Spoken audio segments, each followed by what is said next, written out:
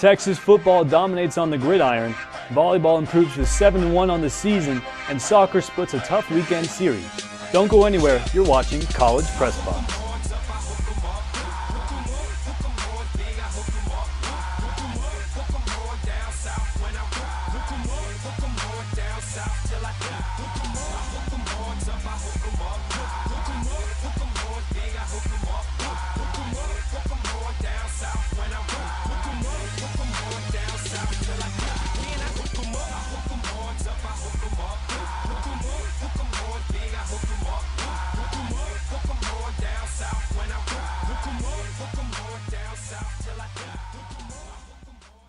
Good evening, everybody. Welcome in the College Press Box. I'm your host, Mark Skol Jr. We've got a great show for you tonight. Texas volleyball dominates yet again. Soccer puts up some impressive performances as well this weekend, but let's kick things off with some Texas football. Texas wide receiver Gerard Hurd had his 21st birthday on Saturday with 92,000 of his closest friends as the Longhorns took on the Miners. Let's head to DKR for the highlights.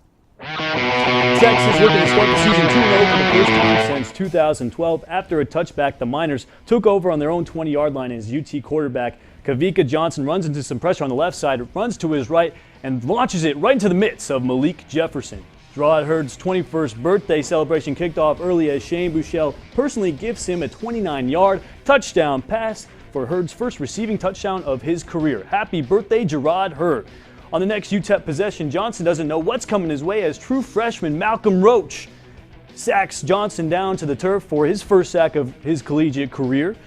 And Roach wasn't the only freshman to make some noise on the field as Brandon Jones comes out of nowhere to block this punt out of bounds. However, UTEP would respond right away. The nation's leading rusher, Aaron Jones, goes up the middle untouched as he takes it all the way to the house, 51 yards for the Miners' first score of the day, 10-7 Texas.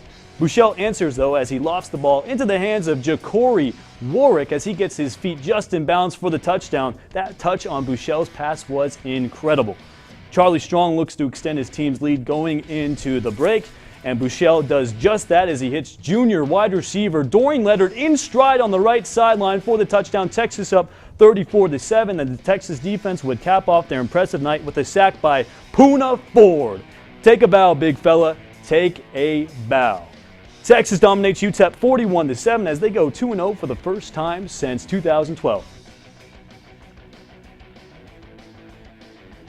For more on Hurd's 21st birthday celebration and the Longhorns' 41-7 win over UTEP, here's our own Reese Miller. Notre Dame wasn't enough. This week confirmed Texas has its quarterback of the future and the present.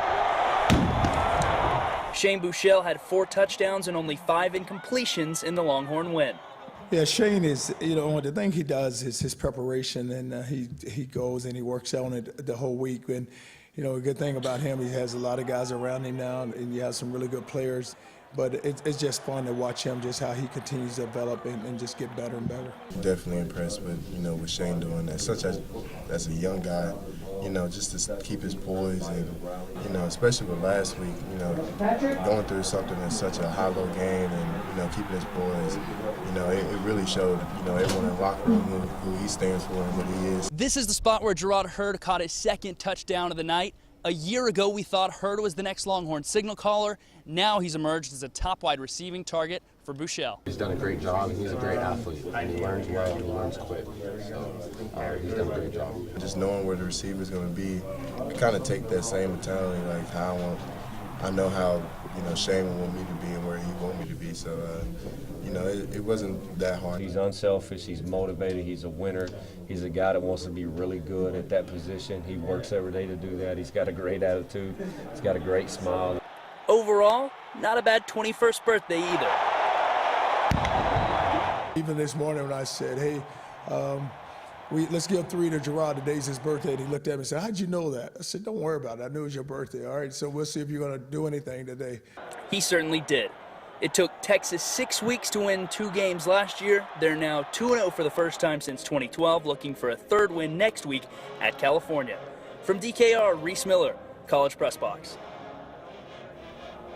Joining us in studio today is football analyst Tyler King. Tyler, how you doing tonight? I'm doing pretty good, Mark. How about yourself? Tyler, I got to tell you, if I was doing any better, it wouldn't be fair to anybody else. All right, so let's kick things off. So, Tyler, Texas, they get the win 41-7, dominating fashion over UTEP. I mean, offense, defense, special teams, they were all impressive. And even it's a 34-point win. I mean, there's got to be ways to improve. And Charlie Strong's always looking for his team to improve. So what ways, after the UTEP game, 41-7 win, what ways does Texas need to improve? Defense. Texas needs to avoid giving up the big plays. UTEP was able to get that, especially with Aaron Jones's touchdown that he had. And especially with Tech coming up. Tech last year, with Cal coming up, they run the Texas Tech air raid offense, so they're going to be throwing the ball around the yard a lot. Last week they threw it for 72 times against San Diego State.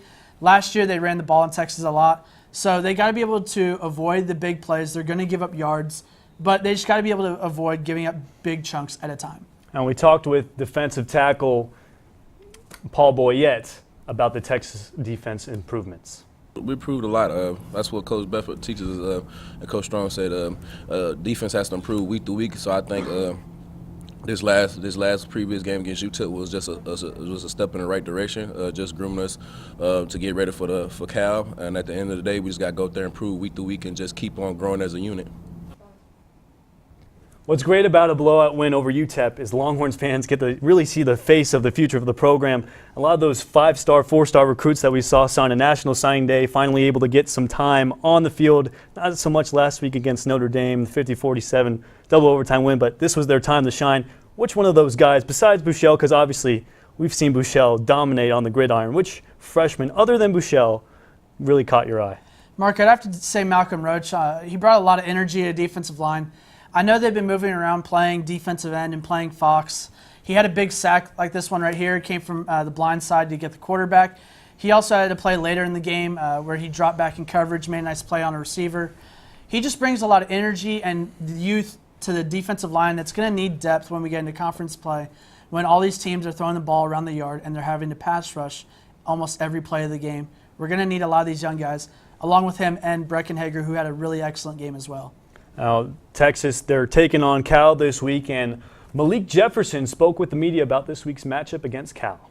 It's a whole different atmosphere, especially being in California when it's 9:30 back at night in Texas. So I'm just going to tell those guys stay focused. It's different. It's just a whole different feeling, and I think that's the biggest part about traveling on the road. And me being a young guy still, I can tell those guys exactly how it feels. Tyler, we all know what happened last year. Texas, they come back in dramatic fashion to score 3 touchdowns in the fourth quarter against Cal, and then Nick Rose misses the extra point. I mean, obviously this team is way different than last year's team, so what does Texas need to do to come out with a win next week against Cal? Well, I would say they might want to throw Gerard Hurd back at quarterback again, but we know that's not an option now with Shane running the offense. But Texas is going to need to run the ball, and they're also going to need to stop the run. Last week, Cal gave up 334 yards on the ground, including 281 to Donnell Pumphrey from San Diego State. And Cal's defense was very vulnerable last year. Gerard led the team in rushing and passing, and none of the other running backs really had much stats against Cal. So we're really going to need to utilize the three-headed attack of Deonta Foreman, who we didn't see this past week while he was resting, Chris Warren, and freshman Kyle Porter. I'm really excited to see all three of them work well together.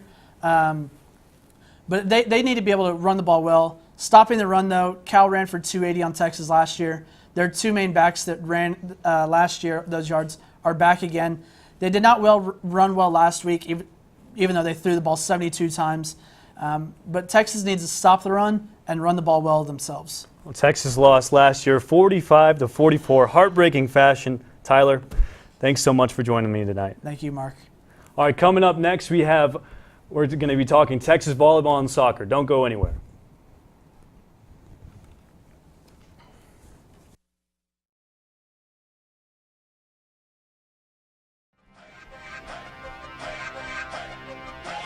Welcome back in the College Press Box. Thank you for sticking with us on your Monday night. Joining me in studio, James Grachos. James, how you doing tonight? Always happy to be here, but I know a team that's even happier right now. Third-ranked Texas volleyball traveled to Fort Collins, Colorado this weekend for the Rams Volleyball Classic, and the Horns cruised with 2 solid wins, 3-0 against Colorado and 3-1 against Wichita State. The Horns improved to 7-1 on the season. Now, Micaiah White was just named Big 12 Freshman of the Week, and the honors seem to keep coming in. She was named MVP of the Rams Classic after 21 kills at Colorado and 17 against Wichita. Just huge numbers are coming in from the redshirt freshman, and I'm sure she's excited to play A&M, who's coming into town on Wednesday. Now, A&M won the SEC last year and ranked 16th in the nation, so that one should be a lot of fun. And Coach Jarrett Elliott chatted with us this morning on the match. I think it's big for the college experience. I think our fans really enjoy it, and I think it's what competing at this level is all about. And both squads will be fired up, and it'll be a good opportunity to see where we're at. Texas soccer took their talents to Ohio this weekend to take on both Ohio State and Miami of Ohio. Texas started their weekend off in a matchup with the Buckeyes as sophomore Alexa Adams scored in the 3rd minute, but the Longhorns weren't able to get any more goals in the back of the net as they fell to the Buckeyes 2-1 in extra time. Texas bounced back on Sunday, however, against Miami of Ohio, winning the game 2-0 with a good goal from Alexa Adams, her 2nd of the weekend, and sophomore midfielder Katie Glenn. Now, we talked about Alexa Adams, James. She's been dominant this season for Texas. She already has 5 goals on the season, and they've only played 7 games. So we've seen that dominance last year. We're seeing it this year. What sets her apart on the field from everyone else? It may seem obvious, but it's actually her pace. Just an unbelievable runner out there. She can take on defenders or beat them on the wide side. Now, her season needs a little bit of context because it's pretty amazing. The first game of the season, they lost their star sophomore, Michaela Flores, to an ACL tear. She was in 2nd in both goals and assists last season. So a lot of the weight was shifted on Adams, and she's done very, very well so far. Now, Texas, they split the weekend series 1-1, lost to Ohio State, got the win against Miami of Ohio. They're only 4-3 on the season, 1 game above 500. What can they do to get more wins consistently? As a soccer fan, it may sound ridiculous, but it's simply scoring more goals. And how they're going to do that is the issue, of course, because they're not the most talented group up front. They're not going to pass their way or possess their way to goals. What they are going to do is play physical in the box. So as long as they got shots coming in from the outside, they got great left backs, right back, who can provide decent services in, use that physicality, and get those goals. Texas will certainly look to use that physicality. This weekend, they have matchups with North Texas and UCSB. James, thanks so much for joining us tonight. All right. Well, coming up next, we have a new installment of Unhooked. Don't go anywhere. You're watching College Press Box.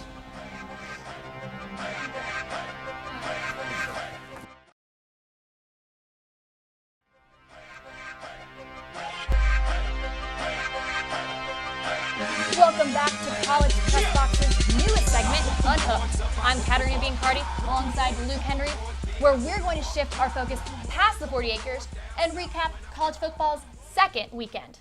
Well, although there wasn't a top 25 matchup and what critics predicted to be a slow weekend in college football, it turned out to be far from disappointing. Central Michigan shocked Oklahoma State, Arkansas prevailed over TCU, Clemson and Georgia sneaked past their non-conference opponents, and Nick Saban showed some emotion. Needless to say, Luke, weekend 2 was nothing short than entertaining. So we put together 4 words defining another impressive weekend in college football. Kat, 156,990. That's the largest crowd ever to gather at a college football game. They gathered at Bristol Motor Speedway to watch the 17th-ranked Tennessee Volunteers defeat Virginia Tech 45-24. The Speedway, without a doubt, wins our best location for the weekend. Now, Luke, moving on to our next award, ESPN's College Game Day is known for its variety of comical signs. Fans love to show off their creativity, and fan Sam Crowder is no exception. Let's throw up the best College Game Day sign award this weekend. So, Luke, what do we got going on here? Yeah, believe it or not, this man, Sam Crowder, actually received contributions from across the nation to his Venmo account. He actually confirmed to Game Day that more than 200 payments arrived before the end of the broadcast, and even hours later, his account was still showing incoming activity. Not a bad way to make some cash on a Saturday afternoon for this fan. I mean, even Venmo, the sharing payment app, paid Crowder $50, but there's no confirmation if Crowder's mom sent beer money to her own son. So, Luke, now what we're moving on next to? Yeah, we turn now to the weekend's best moments, and college football's reigning champs and current #1 ranked Alabama Crimson Tide had no problems defeating Western Kentucky 8-10. But head coach Nick Saban would be dissatisfied with his team's convincing performance. Let's take a look. Now, Luke, we see here Coach Saban looking a little bit frustrated on that sidelines, and I'm not really sure what he's going. Ooh, he's throwing off his headset. And where is this being played right now, Luke? Yeah, obviously, Coach showing some frustration with his team after a late fourth quarter touchdown by Western Kentucky. And he said later in a press conference, I don't even know if I've ever been disappointed after a win, maybe ever. So obviously some frustration for Coach Saban in Alabama. And surely that would only come from Coach Saban. And Luke, rounding out our awards, the most controversial play of the weekend was found in the Central Michigan versus Oklahoma State game. On the final play of the game, you see here Central Michigan quarterback Cooper Rush drops back, avoids pressure, and hurls a pass downfield as wide receiver Jesse Crawl catches and then laterals the pitch to Corey Willis. And here we have Willis finds an open field and breaks towards the end zone for a 51-yard touchdown with no time remaining. The final score of 30-27. Central Michigan upsets the Oklahoma State Cowboys. Now, Luke, what is so controversial about this play? So shortly before one of the biggest plays in college football this season even occurred, Oklahoma State had a chance to run out the regulation and clinch the win. On 4th down and 13 with 4 seconds in regulation, the Pokes threw a deep ball to try to clinch the seal and seal the win. But however, there was no wide receiver in the area of the pass, resulting in what is intentional grounding. The ensuing decision by the referee in replay extended a period to one last play for Central Michigan, but that has become controversial, and because of the NCAA rule, which states a period shall be extended for an untimed down if a penalty is accepted on a live ball foul. Now, the exception to that rule is the period is not extended if the foul is by the team in possession, which in this case was Oklahoma State, and the statement goes on to include a loss of down. Therefore, Central Michigan should have even had a chance to have that play, but a win is a win, but there is some controversy associated with that. And you know, Luke, that single play cost not only Oklahoma State a loss, but they are now out of the top 25. All in all, weekend 2 was more than fans could ask for. And that's all we have for Unhooked. When College Press Box returns, Mark closes and brings forth what to look forward to in the next weekend in Longhorn sports. Stick around. We'll be right back.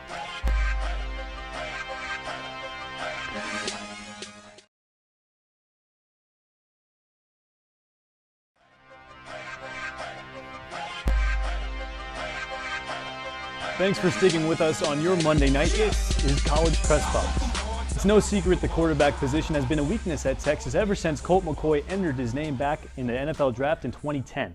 But in this young 2016 season, the dynamic duo of senior Tyrone Swoops and true freshman Shane Buechele, or Swooshell, has made the quarterback position a strength for Texas once again. The biggest question for Charlie Strong going into the season was who is going to start at quarterback, true freshman Shane Buechele or senior Tyrone Swoops. But as it turns out, Texas performs at its best when both Buechele and Swoops take snaps. Ty's a great player, and he's a great quarterback. It was just really exciting going 1-2, 1-2. Yeah, it was very special just because that they built it up just so just one person would play. And, I feel like we both knew that the whole time and that wasn't going to be the case. Buechele earned the starting gig and is the first true freshman to start at quarterback since Bobby Lane in 1944. Despite being the first player in 74 years to start as a true freshman, Buechele continues to stay humble. He has a respect for his other teammates. Like some guys are kind of cocky and they kind of rub you the wrong way and guys don't want to associate with him. But as with him, all the players, they have so much respect for him. While Swoops wasn't given the starting job that he's had the past 2 seasons, he handled it differently than most people would, with class. So much can be said about Swoops. A lot of times when you get a senior, a lot of them can actually go the other way and kind of become a problem. But Swoops told him, he said, listen, I'm behind you.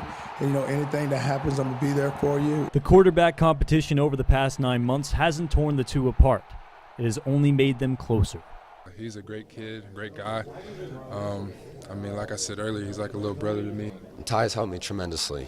Just having that leadership to lean on, and since I got here, he took me in greatly, and I'm very thankful for his leadership. The Buechele Swoops dynamic duo has been nicknamed Swooshell. Swoops is the vet looking to go out on a high note. Buechele is the rookie with a rocket arm, and both just want to win. And they don't care who gets the shine in the spotlight. Mark Skol Jr., College Press Box.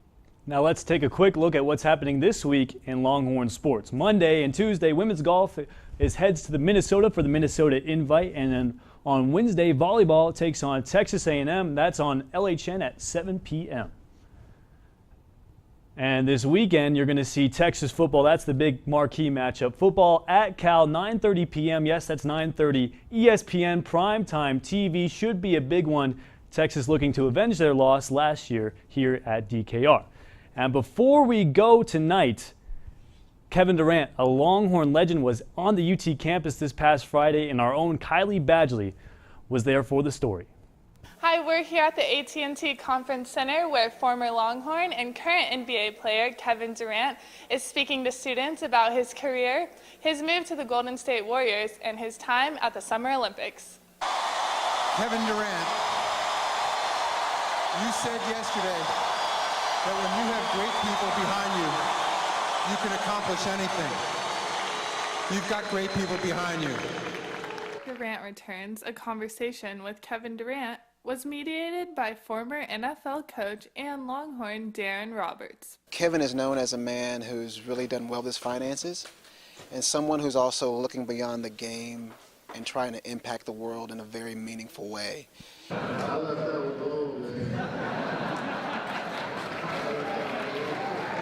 the event, Durant talked about his move to the Golden State Warriors, his experience representing the USA in the Summer Olympics, and his time here on the 40 acres. 17 years ago, so it was a tremendous time in my life, man. I'm grateful for part of this community.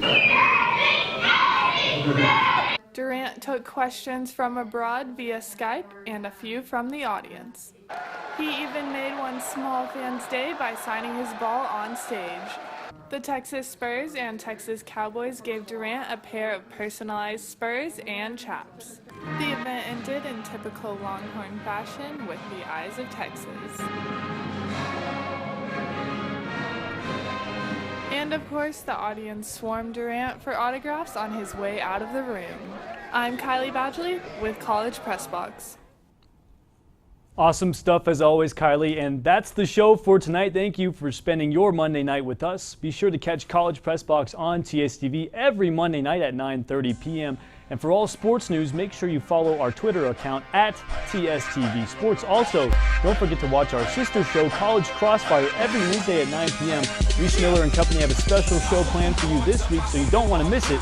And you can follow College Crossfire on Twitter at CollegeXFire. Special thanks to everyone in studio, Master Control, all of the new volunteers here tonight. I'm Mark Skol Jr. Have an outstanding night.